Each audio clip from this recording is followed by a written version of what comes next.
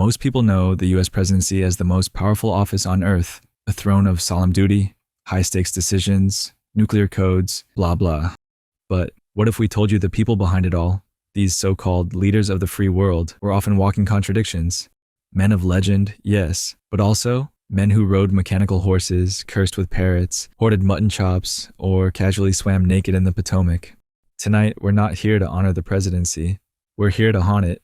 This is the most bizarre facts about US presidents. Buckle up, it gets weird early. Before we start digging up the skeletons under Mount Rushmore, do yourself a favor. Subscribe. Hit that button like it owes you campaign funds. And if you've got your own favorite presidential oddity, drop it in the comments. We're always looking for new reasons to doubt everything we learned in civics class. All right, let's go meet the guy who feared being buried alive.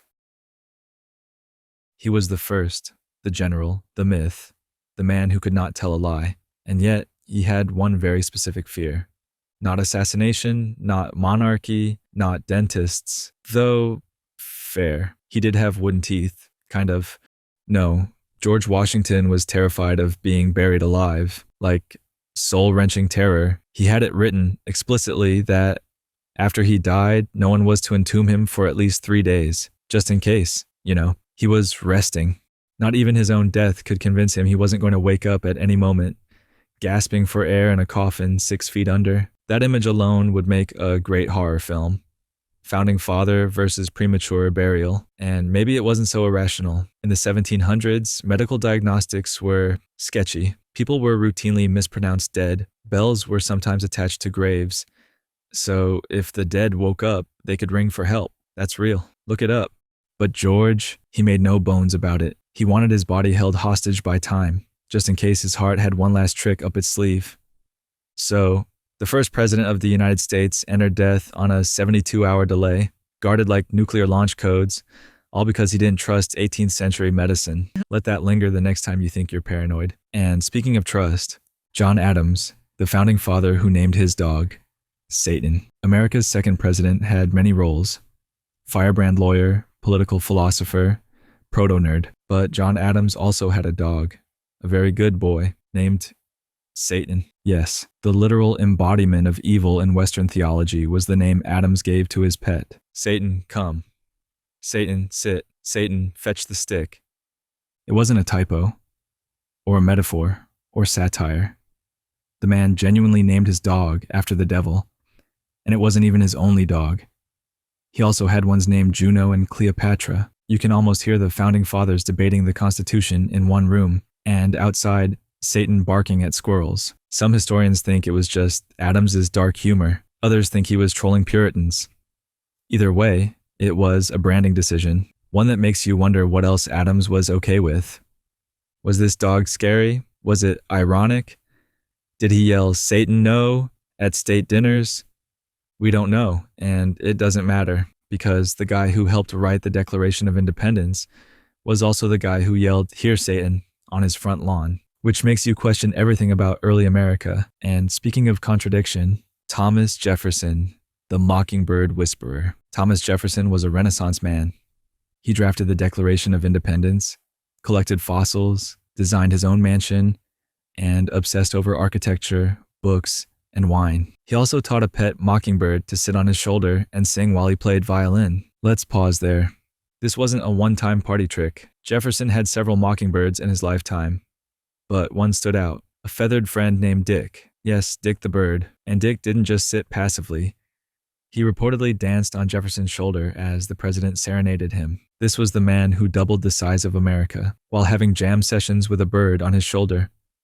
In the White House. Imagine that on a national tour. Jefferson, center stage, powdered wig swaying, bird chirping backup vocals. He kept cages near his writing desk so he could hear bird song as he worked. Some say he whistled duets with them. Others say he whistled alone. In a house filled with enslaved people, contradictions ran deep. The man who declared all men are created equal kept human beings in chains, while teaching a bird how to harmonize, a fitting metaphor. And speaking of people who couldn't be heard, James Madison, the man who whispered a presidency. James Madison was 5'4" and barely 100 pounds soaking wet. But don't let the size fool you. He wrote most of the Constitution and was brilliant. He just couldn't speak up. Literally. Madison had a voice so soft, so faint, that people couldn't hear him even during his own inauguration. Imagine the crowd gathered in D.C., straining to hear the president's first words, only to get ASMR Madison. It was said that in debates he'd lean over and whisper his points, like a shy librarian trying to declare war. This was not a man of booming speeches. He was the anti-Theodore Roosevelt. He didn't speak softly and carry a big stick. He whispered, then went back to editing the Constitution. His wife, Dolly Madison, was the social powerhouse. Madison himself was basically a quiet storm of Federalist thought, hiding behind her fans. They called him the father of the Constitution, but in person, you'd be forgiven for thinking he was the janitor. And yet, from the margins, he shaped history, all while barely audible. And speaking of quiet men doing violent things, James Monroe, the wounded patriot who drew a sword on the British. Before he became the 5th president, James Monroe did something cinematic. During the Revolutionary War, while injured and bleeding, he chased a British soldier out of Washington, D.C. with a sword. That's right, while wounded. Not content to simply survive a skirmish, Monroe reportedly got up, drew his blade, and ran after a British invader like a scene out of a Michael Bay film, Colonial Edition. Later, he'd pose stoically in Emanuel Lewitz's iconic painting, Washington Crossing the Delaware, standing heroically near the general. But few people realize Monroe had already almost died from a musket ball that tore through his shoulder. He kept the scar for life. So imagine a bleeding man with 18th century medicine coursing through him, still swinging a sword at a retreating enemy. That's your 5th president. No microphone, no notes, just pain, honor, and the quiet rage of a wounded patriot who refused to back down. And speaking of presidents with nothing to hide, John Quincy Adams, the Naked River philosopher. John Quincy Adams had a routine. Not a normal presidential routine. No scheduled handshakes, no awkward press briefings. No, Adams preferred to start each morning by stripping completely naked and taking a solo swim in the Potomac River every single day. The 6th president of the United States, Harvard-educated, fluent in multiple languages, former Secretary of State, just out there in the open, swimming like an Enlightenment-era sea otter. At dawn, he would quietly wander down from the White House, shed his presidential dignity, and float naked in the nation's most questionable body of water. And remember, this wasn't just eccentric behavior. This was routine, like brushing your teeth or launching a drone strike. His regular swim became so infamous that one enterprising journalist, Anne Royal, once sat on his clothes until he agreed to give her an interview. That's how you blackmail a founding son in the 1820s. It's easy to romanticize Adams now. Poetic, solitary, defiant, but the truth is, this was also a man who lived with a profound sense of being misunderstood. He once admitted in his diary that he was a man of reserved, cold, austere, and forbidding manners. Translation, not exactly fun at parties. His body may have been in the river, but his mind was usually centuries ahead. Obsessed with astronomy, morality, abolitionism, and duty, Adams swam not just to stay fit, but to remind himself that the world was bigger than him, and colder. And while today, a naked morning swim by a president would trigger a multi-agency panic in Adams' day, it was just one more way to live outside the frame. Which brings us to the next man, because not all presidents escaped the frame. Some made sure they were the picture, and some taught their parrot to curse. Andrew Jackson, the president whose parrot got kicked out of his funeral. Andrew Jackson was chaos in a cravat. He dueled. He raged. He loved violence the way modern presidents love polling numbers, but his most enduring symbol may not have been his battles. It may have been his cussing parrot. Yes, Jackson had a pet parrot, and not just any parrot, one that he personally trained to swear like a drunk pirate. Reports from his time say Jackson's parrot, named Pole, became so proficient in profanity that when the president finally died, the bird had to be removed from the funeral because it wouldn't stop cursing. Imagine that. The great general lying in state, surrounded by mourners and high-ranking officials, while his bird screams, "Son of a," from the rafters. This wasn't even out of character. Jackson's entire life was an operatic contradiction.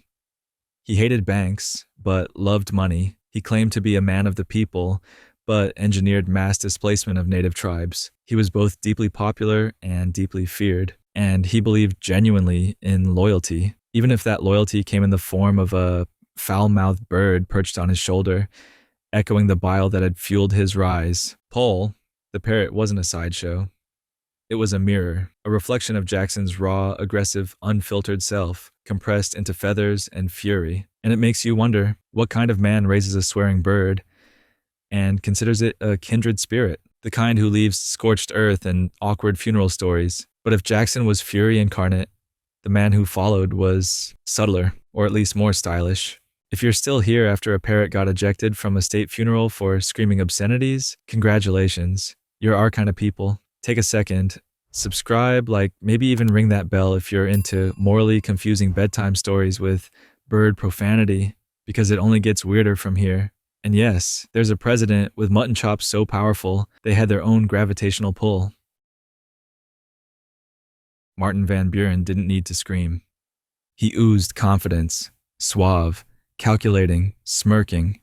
They called him the Little Magician, a nickname that made him sound like a Dutch warlock who specialized in political illusions. And in many ways, he was. Van Buren was the first president born as a U.S. citizen, not a British subject. He was also the architect of the modern Democratic Party machine, mastering backroom deals and slippery alliances like a card shark in silk gloves. And, oh yes, he had mutton chops so extravagant they looked like they could secede from his face. Seriously, these weren't sideburns. These were territorial expansions. You could lose a small mammal in them. Van Buren cultivated image the way modern presidents cultivate Twitter followings. He was the first true political brand. Even his enemies respected his style. But there was more underneath the fur. Van Buren presided over one of the worst economic crises in U.S. history, the Panic of 1837. He responded with a calm detachment that made many think he was out of touch. But in truth, he was too smart to pretend it wasn't a mess. He just refused to break character. He walked through fire with a magician's smirk and a powdered wig. And somehow his whiskers stayed immaculate. But if Van Buren was a stylish magician, the next guy lived in a museum of bones and death. And that's not a metaphor.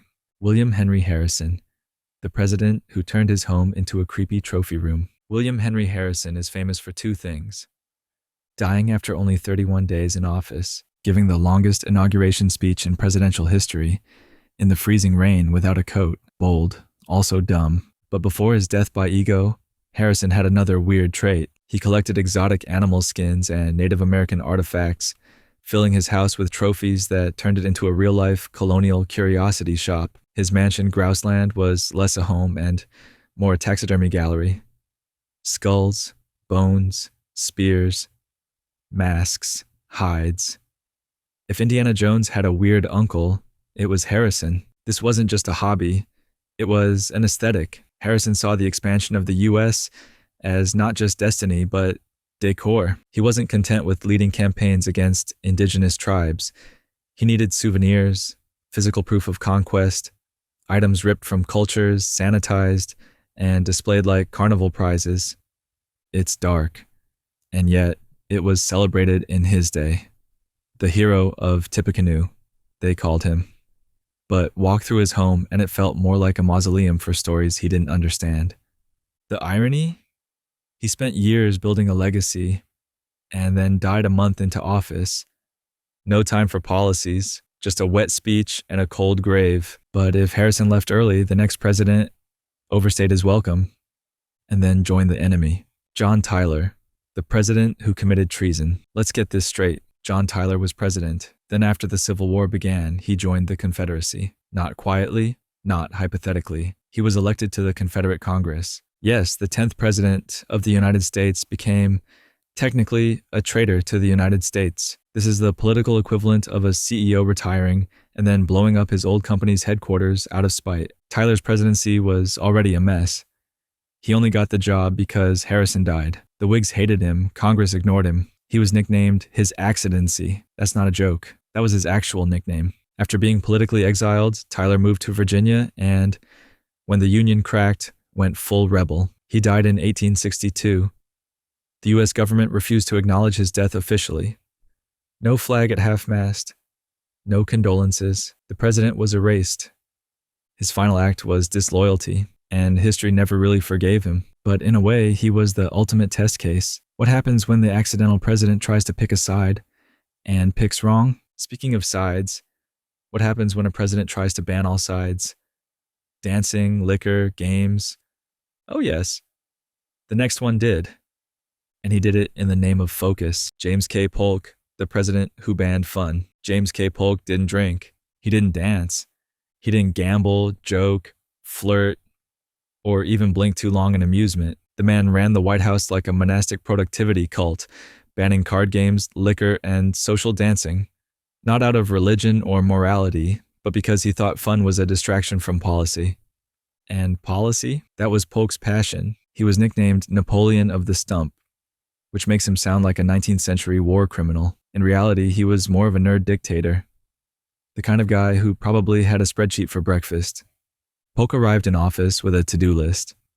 Reestablish an independent treasury, reduce tariffs, acquire California, and settle the Oregon dispute. He completed every single goal in one term. Efficient, cold, ruthless. He worked 12-hour days, 6 days a week, and refused to delegate. Micromanaging like a Victorian Steve Jobs with none of the charisma. He wasn't interested in being liked. He was interested in legacy. White House guests found the place so dreary during his term that one diplomat reportedly asked if the administration had banned laughter. They hadn't, but it sure felt like it. His wife, Sarah Polk, known as Sahara Sarah behind her back, helped enforce the ban on dancing and liquor at parties. Instead of balls, they hosted policy reviews. Imagine being a 19th century debutante and showing up for a gala only to be handed a tariff report. Polk didn't care. He died shortly after leaving office, exhausted, shriveled, and satisfied. His mission was complete. The party never started. And when he banned dancing in the East Room, he unknowingly paved the way for one of the most awkward presidential gaps in history. Because when your replacement won't take the oath, what happens? Zachary Taylor, the president who wouldn't be sworn in on a Sunday. Zachary Taylor was a war hero, a general, a man's man, a guy who probably chewed bullets and spat out justice. But when it came time to become president, he refused to be sworn in on a Sunday. March 4th, 1849, landed on a Sabbath, and Taylor, ever the devout type, said, "Nah, not today, Satan." So the government just waited, which led to one of the strangest legal footnotes in U.S. history. For 24 hours, there was technically no president. Congress didn't freak out. The military didn't seize control. The country just collectively shrugged. But here's where it gets weirder. Senator David Rice Atchison claimed, half jokingly, half seriously, that he was president for that one day. As president pro tempore of the Senate, he was next in line. So on March 4th, 1849, some folks considered him the accidental, never official, president for a day. Imagine, you go to bed a senator, wake up president, and go back to being a senator without doing a damn thing. Historians roll their eyes at this story, but the legal absurdity of one-day presidential vacuum remains hilarious. Taylor eventually took the oath the next day, then died a little over a year later, possibly from eating spoiled cherries and milk at a July 4th picnic. His body was exhumed in 1991 to investigate potential arsenic poisoning. Verdict? Death by snack. And yet, for all his military bravado, Taylor left behind an asterisk in the rulebook and a punchline in the archives. But if Taylor politely delayed power, the next guy rejected honor itself over Latin. Millard Fillmore, the man who refused a degree he couldn't read. Millard Fillmore wasn't exactly beloved. He became president only because Taylor died. He had no formal education, and he's mostly remembered today as the answer to the trivia question, who was that guy between the ones people care about? But Fillmore had pride. So when Oxford University offered him an honorary degree, written in Latin as tradition, he refused to accept it. Why? Because he couldn't read it, and if he couldn't understand the words on the paper, he said he wouldn't dignify it with his name. It sounds noble, until you realize it's also kind of petty. Imagine being handed one of the world's most prestigious academic honors and saying, "Nah, it's in a language I don't vibe with." Some called it honesty, others anti-intellectualism. Fillmore walked the line between populist and outsider. He supported the Fugitive Slave Act, which returned escaped slaves to their owners, earning him deep historical shame. Yet, on that Oxford day, he stood his ground. Not on justice, not on law, but on grammar. Fillmore's refusal is now immortalized in biographies, usually footnoted with a raised eyebrow. It was a moment of accidental symbolism, the unremarkable president rejecting elite language, not out of protest, but out of discomfort. And while his career was mostly forgettable, his strange degree protest left a smudge on academia and ego alike. But the next guy, he memorized a speech longer than some novels. Franklin Pierce, the man who gave a 3,000-word speech from memory. Franklin Pierce had a gift, not for policy, not for leadership, but for memorization. At his inauguration, he refused to use notes, paper, or a teleprompter, obviously, instead choosing to recite over 3,000 words entirely from memory. It wasn't charisma, it was compulsion. He needed to prove something. Unfortunately, it didn't help. Pierce's presidency would become one of the most disastrous in history. A Northern Democrat who enforced pro-slavery policies, he alienated everyone: abolitionists, pro-slavery advocates, and his own party. But at that moment, on the inaugural stand, he was a human teleprompter. Reporters were awed, not by the content, but by the sheer intensity of his delivery. A memorized sermon about unity, duty, and America's soul from a man who would later sign the Kansas-Nebraska Act. Unraveling what was left of that unity, Pierce was a tragic figure. He lost all 3 of his children before taking office, the last in a gruesome train accident just 2 months before his inauguration. Some say the trauma haunted him. His speech, though impressive, carried an eerie fatalism. He later turned to heavy drinking, faded from public life, and died mostly alone. But his ghost still lingers in the archives, the man who knew every word and still couldn't change the ending. And if Pierce drank in grief, the next man, he drank in bulk. James Buchanan, the whiskey smuggler-in-chief. James Buchanan holds the unfortunate title of worst president in U.S. history. He was indecisive, aloof, and watched the country slip into civil war with all the urgency of a man watching paint dry. But here's a lesser-known fact. He once smuggled over 100 gallons of whiskey into the White House. And not subtly. He had it delivered in barrels ahead of his inauguration. Why? Because he feared that once he was president, moralists and teetotalers would clamp down on his supply. So he pre-gamed the presidency. Literally, it worked. For a while, Buchanan was a bachelor, our only unmarried president, and threw elaborate state dinners lubricated by rivers of whiskey. While the Union cracked, he sipped cocktails. Some called it escapism. Others called it cowardice in liquid form. He tried to please both North and South, and in doing so, pleased no one. His tenure ended in humiliation as Abraham Lincoln cleaned up the mess and found the country ablaze. And as Buchanan slunk away, so did the era of soft appeasement. Because the next man, he didn't drink much, but he dueled with broadswords. And he chose them himself. Abraham Lincoln, the tall man who dueled with broadswords. Before he was the great emancipator, Abraham Lincoln was just a tall, gangly lawyer with a dangerous gift for mockery and a dual challenge to prove it. In 1842, Lincoln insulted a rival politician named James Shields in a series of anonymous letters.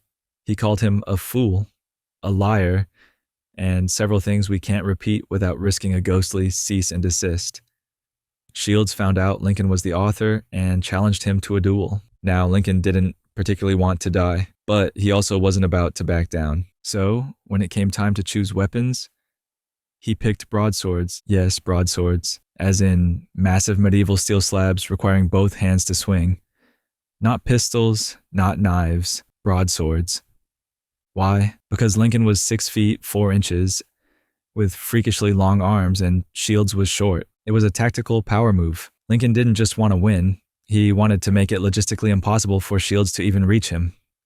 The duel was scheduled to take place on a sandbar in Missouri. Both men showed up. Both had swords. Both looked like they were about to reenact Braveheart, Illinois edition. But right before the blades clashed, mutual friends stepped in and diffused the situation. No blood was spilled. The duel was canceled. But the psychological damage? Permanent. Lincoln didn't duel again. He learned a lesson. Don't start a fight unless you've got the reach and the narrative. He carried that same strategic ruthlessness into the White House, disarming enemies, not with swords, but with logic, empathy, and darkly poetic speeches. And yet, we often forget that Lincoln's journey began not with a train ride to D.C., but with a duel over dignity, steel, and long limbs. Speaking of limbs, our next president made a career with his hands. He tailored suits, even in office. Andrew Johnson, the tailor who stitched his own legacy, badly. Andrew Johnson had no formal education. He taught himself to read. He grew up poor. And he rose, miraculously, to the presidency. But even after becoming commander-in-chief, Johnson still sewed his own clothes. Yes, the 17th president of the United States continued to sit down, needle in hand, stitching pants and coats like some grim Appalachian Geppetto. This wasn't just frugality. It was identity. Johnson had been a professional tailor before politics, not metaphorically, a literal needle and thread craftsman. And while other presidents threw galas, Johnson stitched hems. Alone. Quietly. Often at night. But if his tailoring was neat, his politics were a mess of torn seams and unraveling threads. After Lincoln's assassination, Johnson took over during the most fragile moment in U.S. history and proceeded to fumble Reconstruction with the grace of a man trying to iron a shirt on a roller coaster. He vetoed civil rights legislation. He clashed with Congress. He became the first president in U.S. history to be impeached. Yet, there he was, mending his jacket. There's something poetic in it. A man literally patching together his appearance while his presidency fell apart. He survived his impeachment trial by one vote, but left office disgraced. His attempt to mend a broken nation failed spectacularly. But still, somewhere in the archives, there may be a suit jacket, hand-stitched by a sitting president, and that might be the only thing of his that truly held together. Our next president, he didn't sew, he smoked. A lot. Ulysses S. Grant, the cigar-loving general who smoked himself to death. Ulysses S. Grant won the Civil War. He crushed the Confederacy. He outmaneuvered Lee. He helped preserve the Union. And he did it all while smoking enough cigars to kill a small elephant. Grant was a chain smoker of historic proportions. It wasn't just a habit, it was a trademark. During the war, he was rarely seen without a cigar clenched between his teeth. Soldiers noticed, admirers noticed, and soon, so did the U.S. Postal Service. After his victory at Fort Donelson, stories of Grant's battlefield bravery and cool demeanor under fire, cigar always in hand, went viral. 19th century style. To celebrate, patriotic citizens sent him over 10,000 cigars as gifts. You read that right? 10,000 cigars. Grant accepted them all. Graciously, then proceeded to smoke like his soul was flammable. Eventually it caught up with him. He developed throat cancer, likely from decades of puffing on what were essentially rolled-up death notes. But here's the twist. His final act was his finest. Bankrupt, dying, and disgraced from a failed financial venture, Grant sat down and wrote his memoirs. Between coughing fits and morphine doses, he scribbled history. He died days after finishing the manuscript. It became a bestseller. It saved his family from poverty, and it cemented his legacy. Not just as a general or president, but as a man who wrote himself back into relevance, while dying of the very habit that once made him iconic. His smoke lingered long after he left. And as his successor would soon prove, there was more than one way to kill the party. Sometimes all it took was lemonade. Rutherford B. Hayes, the man who banned booze and gave us Lemonade Lucy. Rutherford B. Hayes didn't drink. Neither did his wife. In fact, she was so famously sober that she earned the nickname Lemonade Lucy, because at every White House party, every gala, every ball, every reception, the alcohol was replaced with lemonade, and people were furious. Now, to be clear, Lucy Hayes wasn't some Puritan buzzkill. She was kind, educated, and beloved, but her decision to remove liquor from the presidential menu became a political talking point and a punchline. Washington society was used to champagne fountains and bourbon-soaked toasts. Instead, they got citrus and abstinence. One reporter wrote, "The water sparkles, but the guests do not." Hayes himself didn't even seem that morally strict about it. Privately, he told friends he didn't really care if people drank, but he cared what it looked like. He thought it was bad optics for a nation still reeling from war and corruption. So, out went the whiskey. In came the punch bowls of shame. Yet, for all the lemonade, Hayes presided over an era of deep division. He ended Reconstruction, pulled troops from the South, and essentially abandoned federal efforts to protect black voters. He gave them sweetness up front, bitterness in the back. He left office quietly, but the legacy of Lemonade Lucy haunted the White House for years. Future presidents restored alcohol, but not without a sour aftertaste. And while Hayes denied the body its poison, the next guy believed he could heal the body with his hands. No, seriously. James A. Garfield, the president who thought he could heal with touch. James A. Garfield was brilliant, a scholar, a general, a preacher, the kind of guy who could teach calculus with one hand while writing Greek with the other. But he also believed he could channel healing energy through his hands. He called it natural force. According to accounts, Garfield believed he could cure pain by touching people, transferring energy, like some presidential Reiki master. If someone complained of illness, he didn't prescribe medicine. He laid hands. He channeled nature. He believed the body had forces beyond science. Garfield's mind was always ahead, or sideways.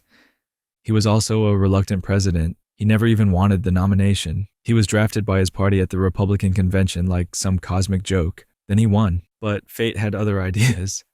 Just 4 months into his term, Garfield was shot by Charles Guiteau, a deranged office seeker who believed God told him to do it. The bullet didn't kill Garfield instantly. In fact, the wound should have been survivable, but doctors, they kept probing his wound with unsterilized fingers and instruments, looking for the bullet. It was the medical care, not the bullet, that killed him. The irony, a man who believed in healing touch died from the most destructive kind of touch imaginable. Garfield passed after 11 weeks of suffering. And somewhere in that twilight space between hope and delusion, his natural force faded into history. But the next president, he didn't deal in natural force.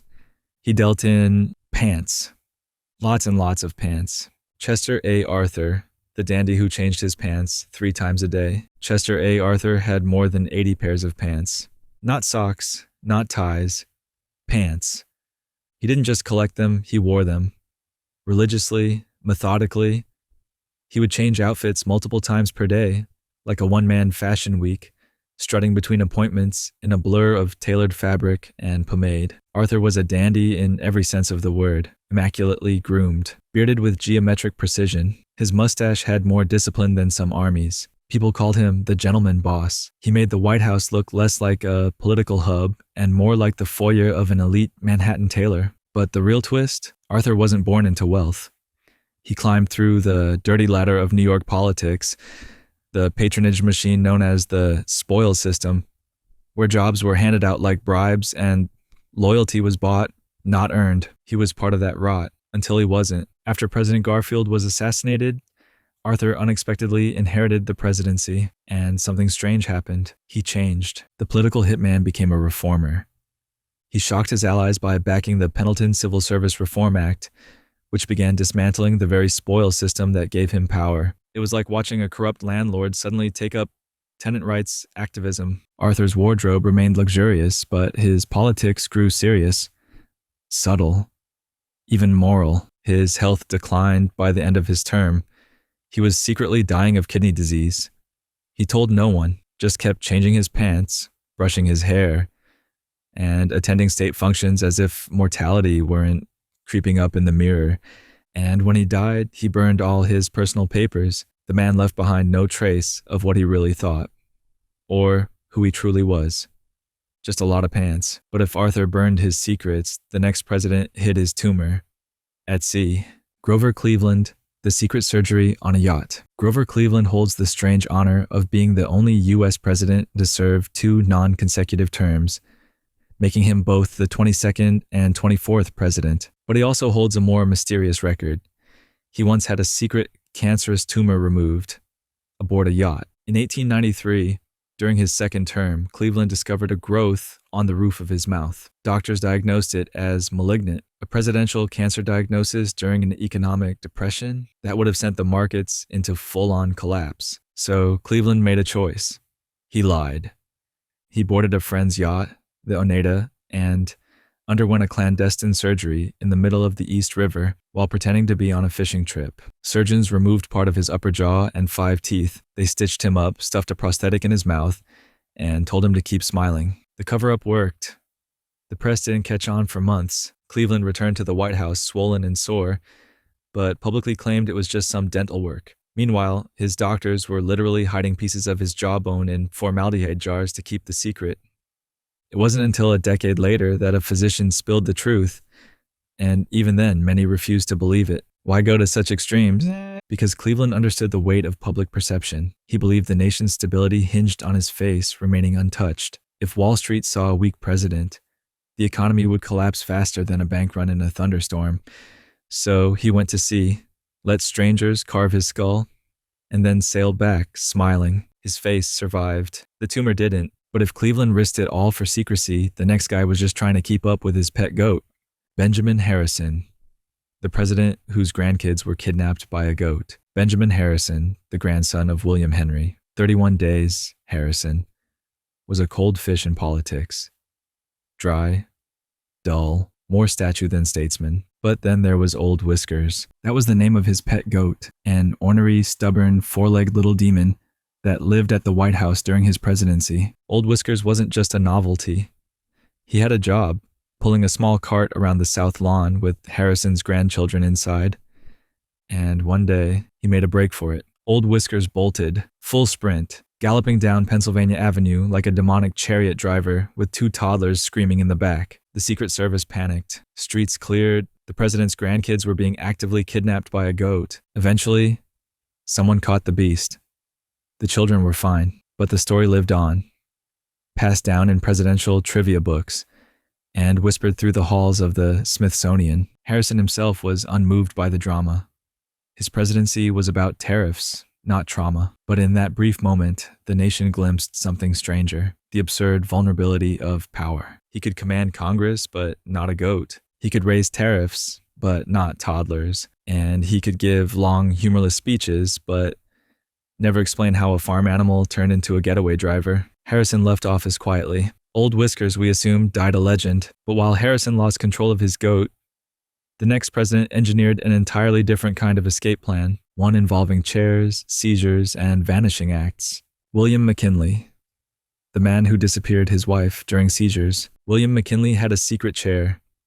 Not a recliner, not a throne. It was a custom-designed piece of furniture made to hide his wife's seizures from public view. His wife, Ida McKinley, suffered from epilepsy, a condition still viewed as taboo, even scandalous, in late 19th century society. She hated the public eye, but McKinley adored her, so he found a compromise. When she would begin to seize at public events or dinners, McKinley would signal discreetly to aides, who would gently guide her behind a partition or behind a curtain, or, at times, into the chair. The chair was made with draped coverings, angled placement, and cushioning that allowed Ida to slip into a protective cocoon until the episode passed. Guests were trained not to react.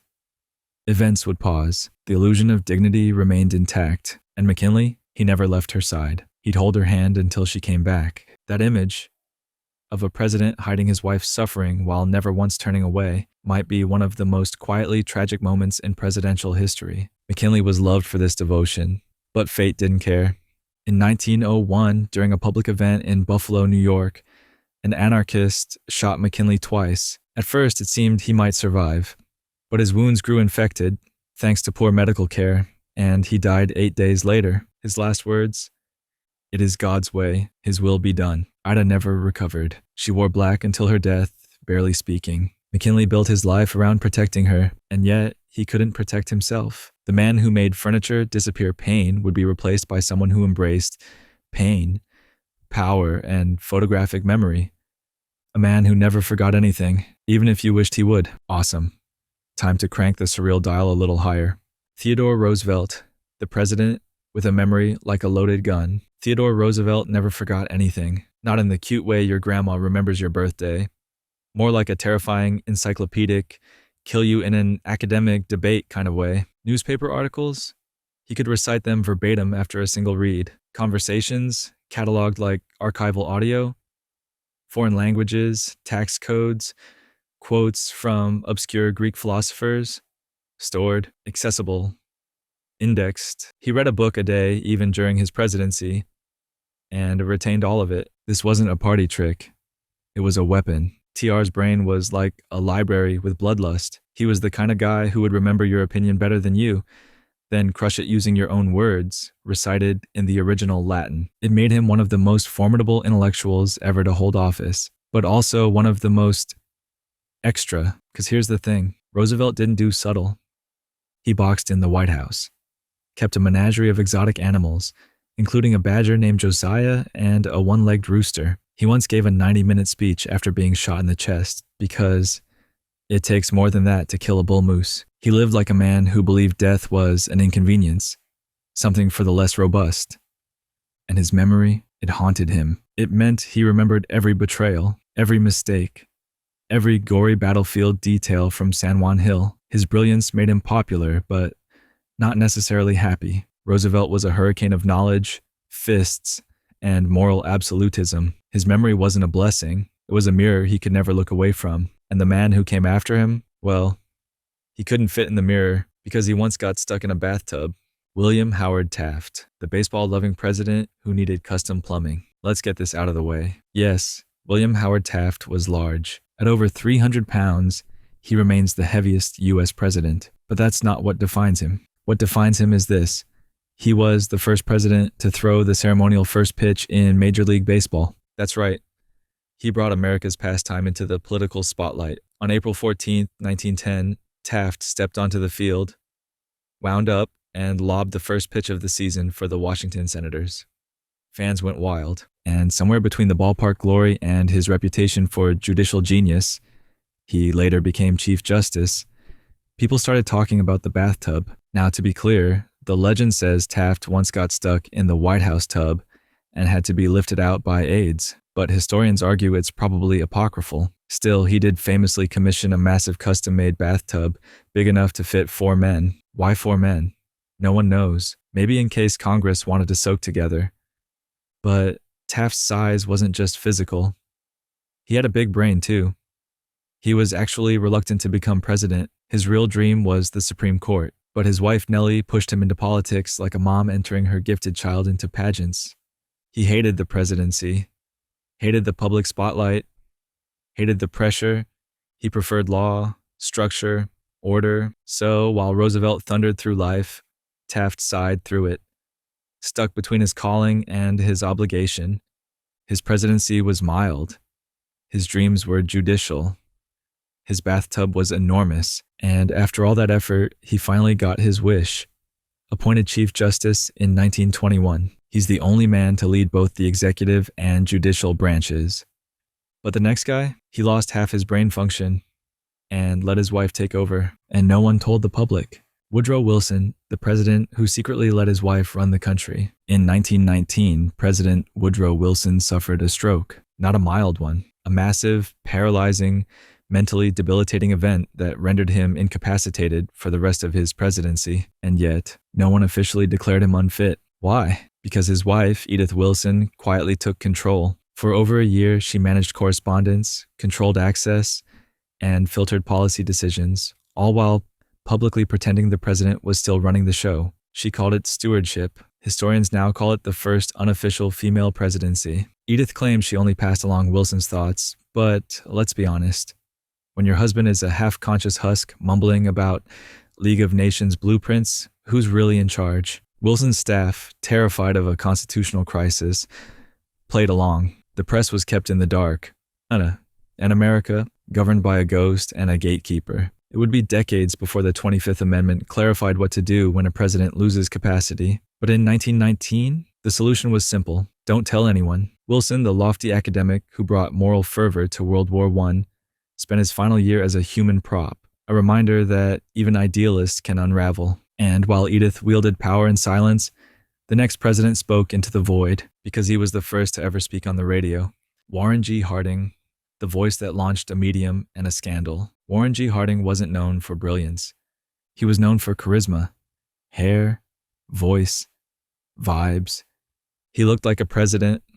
He sounded like a president, and that's how he won. In 1922, Harding became the first president to broadcast live over the radio. It was a milestone moment. For the first time, the American public heard a president's voice in real time, clear, direct, and presidential. It was the beginning of media politics as we know it, and yet Harding's presidency was a disaster. He stacked his cabinet with cronies. His administration collapsed under the weight of corruption scandals, most notably the Teapot Dome scandal, which involved shady oil leases, bribes, and general sketchiness. Harding himself, clean, probably, but blind, or willfully so. He was also embroiled in personal scandal, affairs, love letters, and a mistress named Nan Britton who claimed he fathered her child. DNA would later prove she was telling the truth. Despite it all, Harding remained weirdly popular. People liked how he sounded, and sometimes that's enough. He died suddenly in 1923. Heart failure, or maybe exhaustion, or maybe karma with a stopwatch. His wife, Florence, burned most of his personal papers and any remaining chances at a legacy reboot. Harding's voice may have launched the radio presidency, but the next guy, he preferred silence and a mechanical horse. Calvin Coolidge, the president who rode a fake horse in cowboy gear. Calvin Coolidge was the weirdest kind of silent. Not shy, not boring, just deliberately vacant. He once said, "You can't know too much, but you can say too much." Then he proceeded to say almost nothing at all. They called him Silent Cal, but his silence had quirks. Like the mechanical horse he installed in the White House, no joke. A full-size coin-operated equestrian simulator, complete with reins and galloping motion, set up in a private room where he would ride in full cowboy attire, boots, hat, the works. Why? No one knows. He never gave interviews, barely answered questions. If asked why he had a fake horse, he'd probably have just stared at you until you evaporated. Coolidge also believed in long naps, avoided phone calls, gave press conferences where he answered in one word or less, and yet, under all that quiet, he was shockingly effective. He reduced taxes, shrank government, and quietly ushered in the Roaring Twenties. But as the world danced, drank, and spiraled into speculative chaos, Coolidge sat silently on his wooden horse, watching history happen like it was someone else's problem. He left office voluntarily, said he didn't want to run again, just walked away. And the next president, well, he met Hitler. In person. Let's keep riding this beautifully deranged history train. Herbert Hoover, the president who met Hitler, before Hitler was Hitler. Herbert Hoover did something no other U.S. president has ever done. He met Adolf Hitler in person in 1938, before Hitler became Hitler in the way the world now remembers him. To be fair, at the time, Hoover wasn't president anymore. He had served from 1929 to 1933, right as the Great Depression cracked America open like an overripe peach. And despite being a brilliant engineer, a humanitarian, and once nicknamed the Great Humanitarian, Hoover's presidency is now synonymous with suffering. After losing re-election in a landslide to FDR, Hoover slipped into political exile, but remained incredibly active behind the scenes. And in 1938, during a personal tour of Europe, he found himself in Germany, brushing shoulders with the rising Nazi leadership, among them Adolf Hitler. Accounts of the encounter are vague, polite, chilling in retrospect. The two reportedly exchanged small talk. Hoover observed the growing military-industrial fervor, but said little publicly about the meeting afterward. And therein lies the eerie part. A former American president stood face-to-face with a man who would go on to orchestrate genocide and said nothing. No warning, no revelation, just silence. It was a moment of stillness before the storm. Back home, Hoover spent his later years trying to rewrite his own legacy, penning volume after volume of memoirs and policy critiques. But the image of Hoover walking through pre-war Berlin, hand extended toward a monster not yet fully formed, remains deeply unsettling.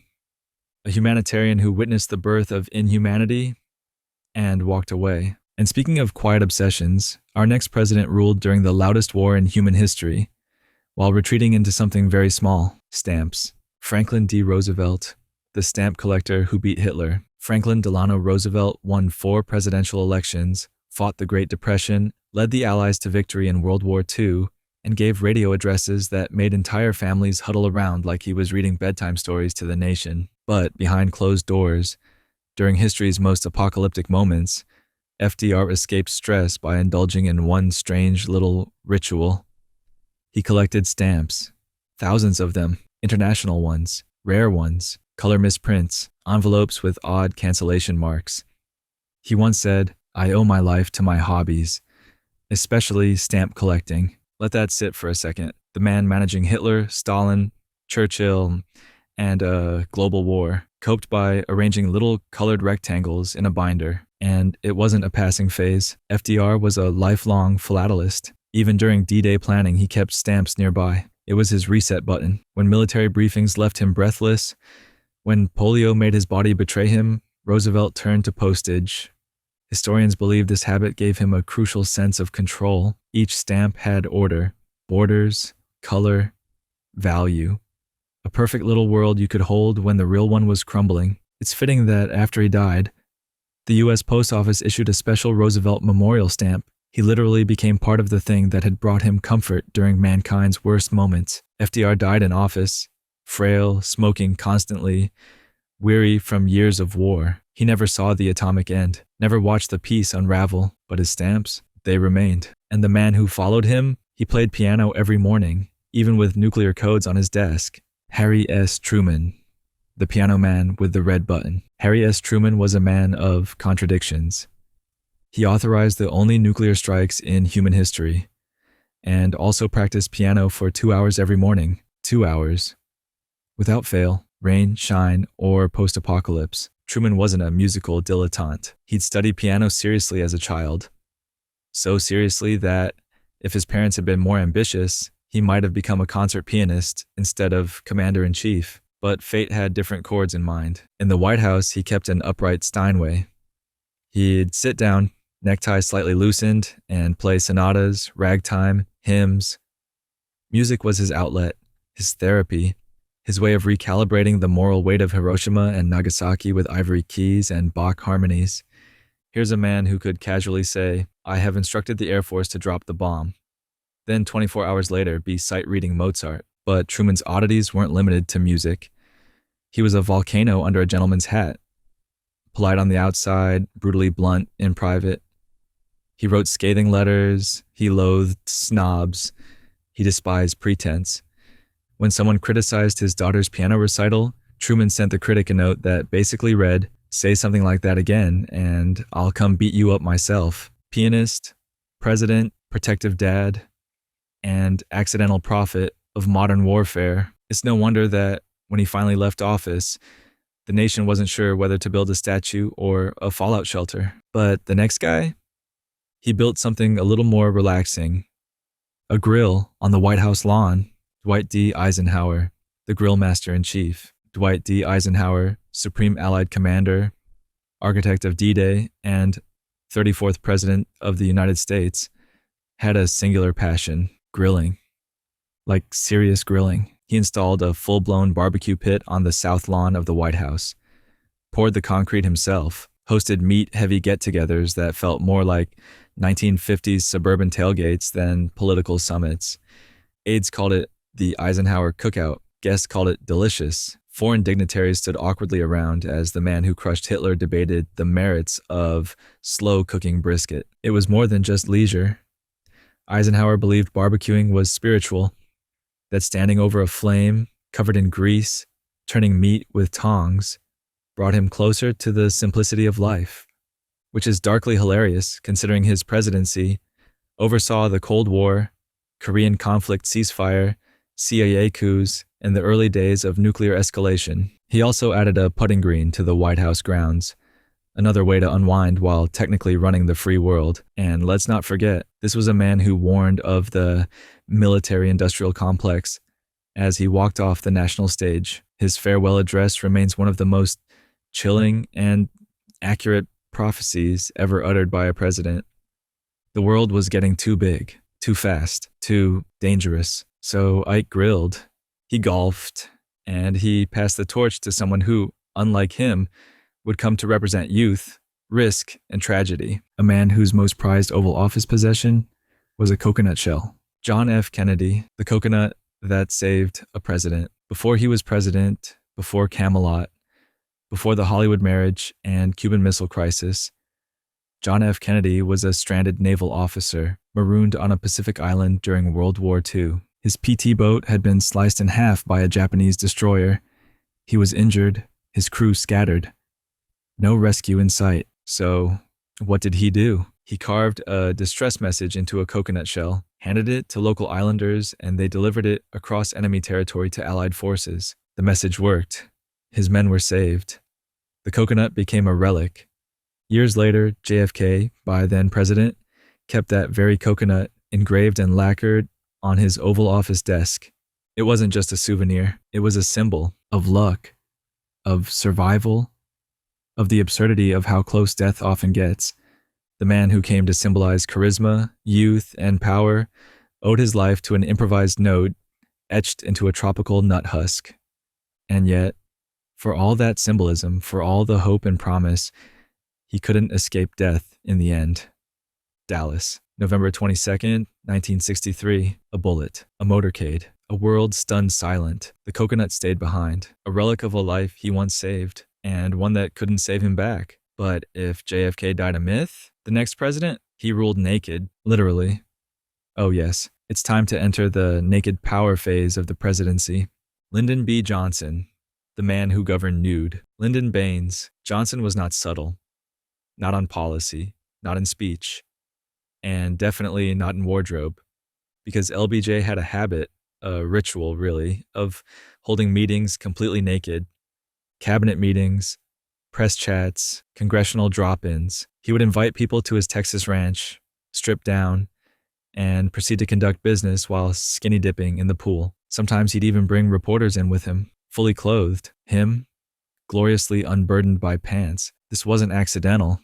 It was power psychology. Johnson wielded nudity the way some men wield cigars or threats. He wanted you uncomfortable. He wanted you off balance. Imagine trying to negotiate federal funding for housing reform while the President of the United States is floating next to you like an aquatic, sunburned oracle. LBJ didn't stop at nudity. He named his dog Little Beagle Johnson. He had a habit of calling his own penis Jumbo. And yes, he regularly discussed it in public. He even once whipped it out in front of reporters to prove a point about war or water pressure or something. It's unclear. It's LBJ. But beneath the chaos was a political machine firing on all cylinders. Johnson passed more landmark legislation than nearly any president in history. The Civil Rights Act, the Voting Rights Act, Medicare, Medicaid, Head Start, the Public Broadcasting Act.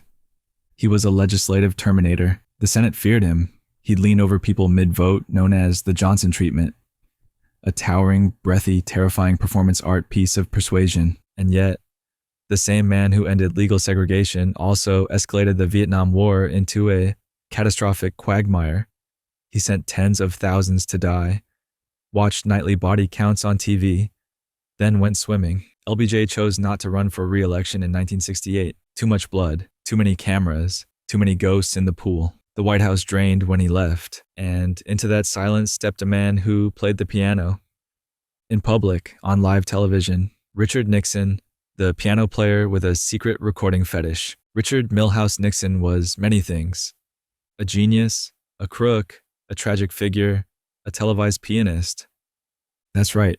Nixon played the piano on national TV during a 1963 appearance on the Jack Paar program. He composed his own piece, played it live. It was surprisingly beautiful. This wasn't a stunt. Nixon had studied piano as a child. He wanted to be a concert pianist before politics derailed him. There's a strange duality in that. The man who launched carpet bombings in Cambodia also wrote tender melodies in G minor. But Nixon wasn't defined by his artistry. He was defined by paranoia. He taped everything, every phone call, every conversation in the Oval Office. The very act that would later destroy him, Watergate, was only provable because of his own obsession with recording people. He bugged himself into oblivion. The man who swore, "I am not a crook," was literally surrounded by tapes proving otherwise. And yet, Nixon also opened China, negotiated arms treaties with the Soviets, created the EPA. The man was a walking contradiction, a liberal technocrat in a conservative suit, fueled by anxiety and Chinese takeout. His resignation in 1974 was pure Shakespeare. A piano player dragged off stage mid-song, still swearing he'd hit the right notes, and once he left the stage, a former male model filled the spotlight and promptly tripped over it. Gerald Ford, the president who modeled for Cosmopolitan, then fell down. Gerald R. Ford never ran for president or vice president. He was appointed vice president after Spiro Agnew resigned, then became president after Nixon resigned. He basically tripped into the White House, which is poetic because Gerald Ford fell down a lot. Stairs, stages, airplanes. He was like a human tumbleweed in a suit. Saturday Night Live immortalized it with Chevy Chase's pratfall-ridden impersonation. No lines, just slapstick. But Ford wasn't just clumsy, he was, once, a male model. In the 1940s, before politics, Ford posed shirtless in swim trunks for Cosmopolitan magazine. It's still out there. Young Jerry, looking like a lifeguard about to ask if you've been drinking enough water. That image lives in a deep contrast with his presidential legacy. Pardoning Nixon. That one decision, his very first major act, may have cost him re-election, but Ford believed it was the right thing, that the country couldn't heal with the trial dragging on. He took the fall, not just down the stairs, but down the polls. And after Ford, Americans wanted someone normal, gentle, honest, squirrel adjacent.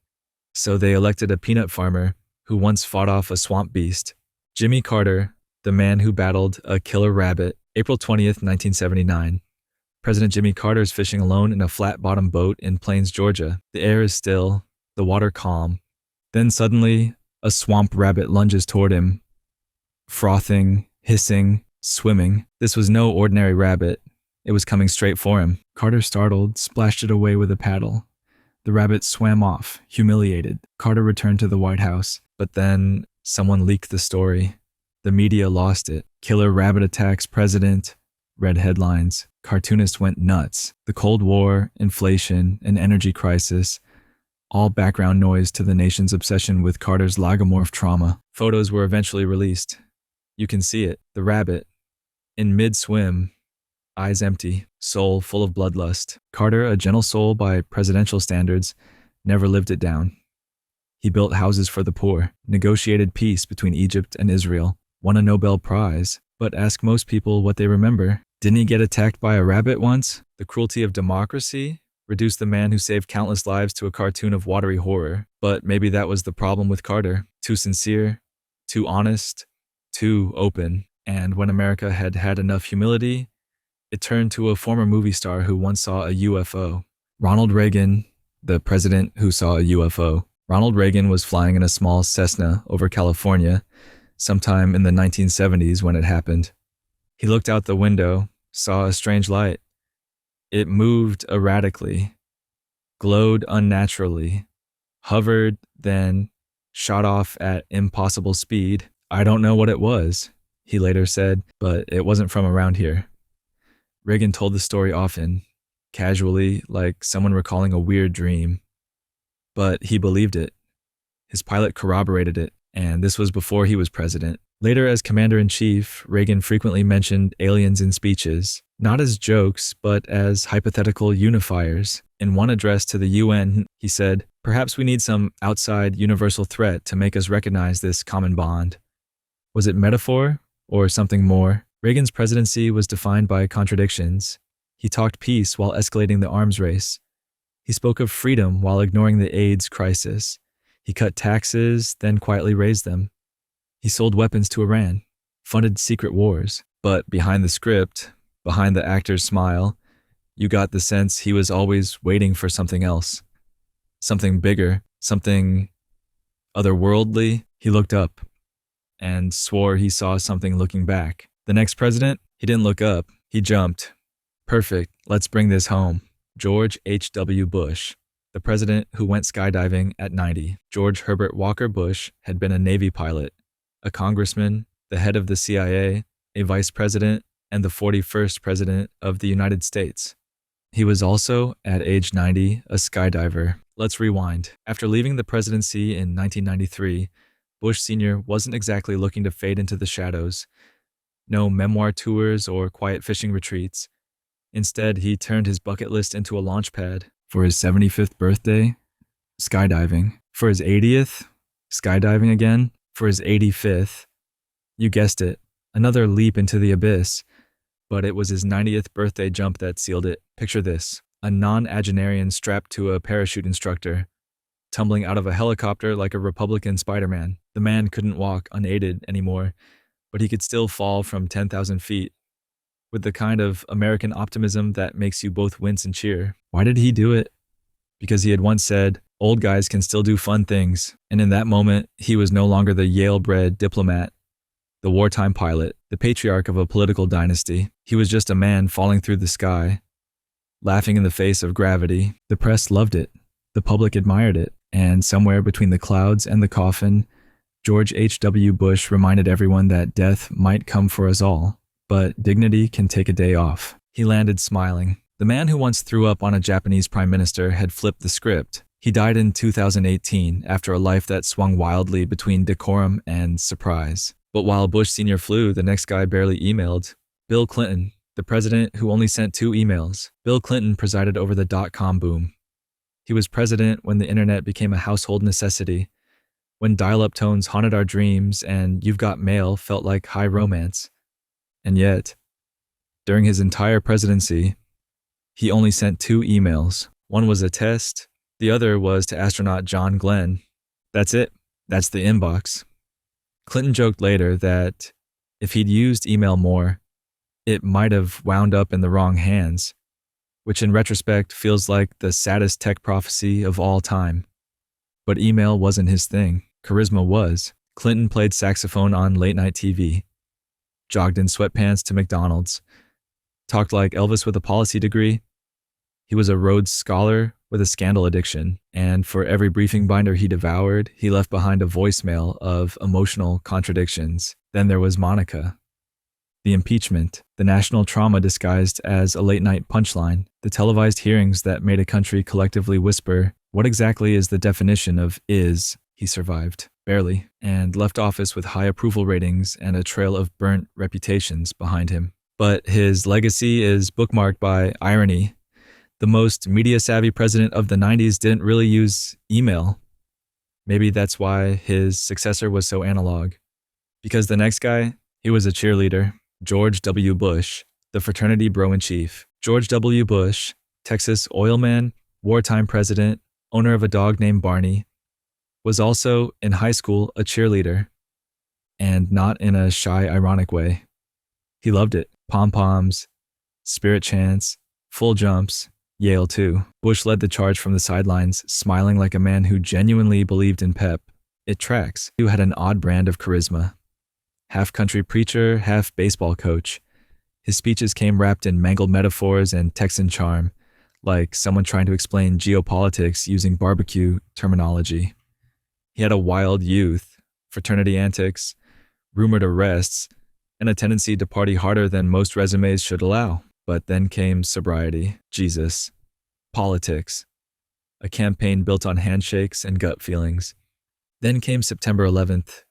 The moment everything shifted, the frat boy became a wartime president overnight. His image went from mispronounced words to megaphone speeches atop rubble. And yet, beneath the global events, Bush remained strangely grounded. He painted dogs in retirement, sent Christmas cards with watercolors of his cat, took up biking like he was training for a tour de force redemption arc.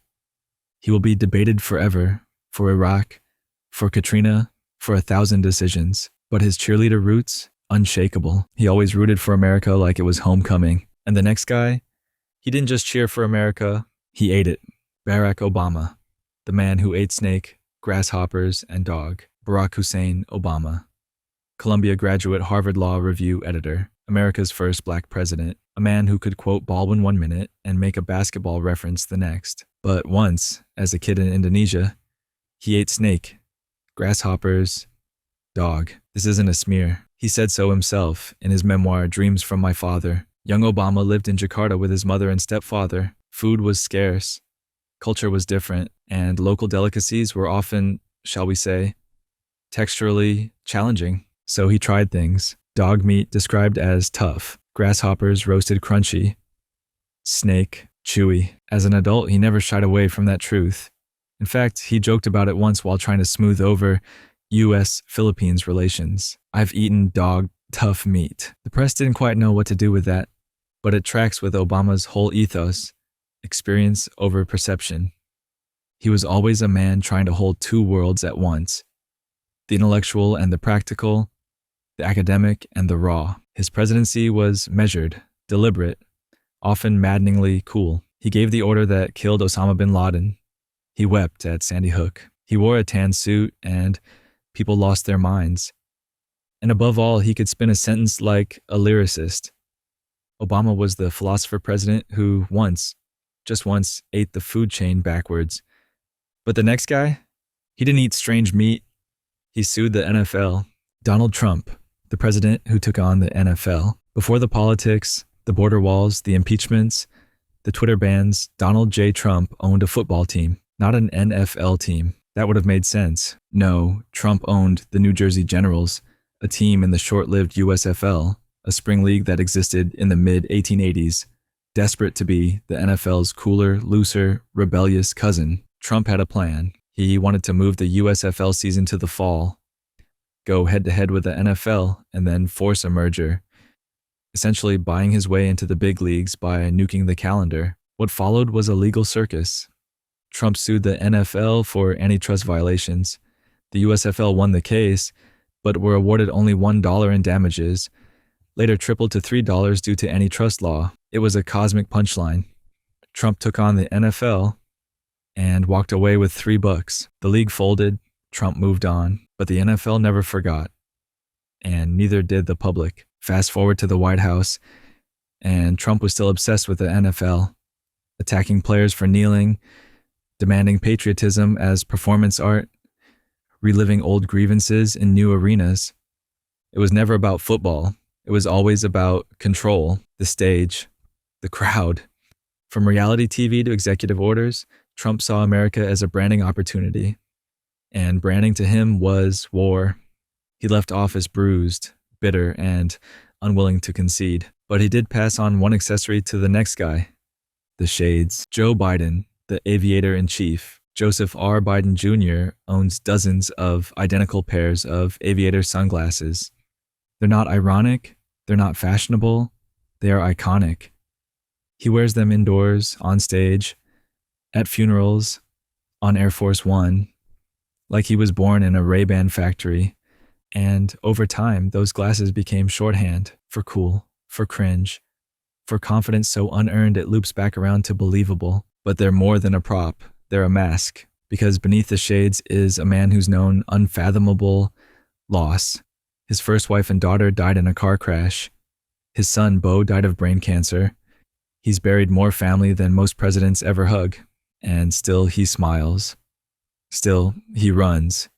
He's been mocked for stuttering, for rambling, for being too old. But he's also the only president who's fought for this job across 5 decades and finally got it on the edge of history's cliff. Biden governs like someone who's been through every kind of grief and still believes in public service. Whether you agree with him or not, that's a strange thing in 21st century politics. Genuine belief. And the sunglasses? Maybe they help him face the light. Or maybe he just doesn't want us to see the reflection of what comes next. So what is the presidency? Is it a platform, a stage, a confessional booth with nuclear launch codes? Or is it something far weirder, a revolving door of wounded, brilliant, bizarre human beings, some who try to fix the country, some who broke it, and all of whom left fingerprints on the glass? A man who feared being buried alive. A man whose parrots swore at his funeral. A man who dueled with broadswords. A man who met Hitler and stayed polite. This is America. And these were its leaders, not gods, not monsters, just men. Strange, flawed, mortal men.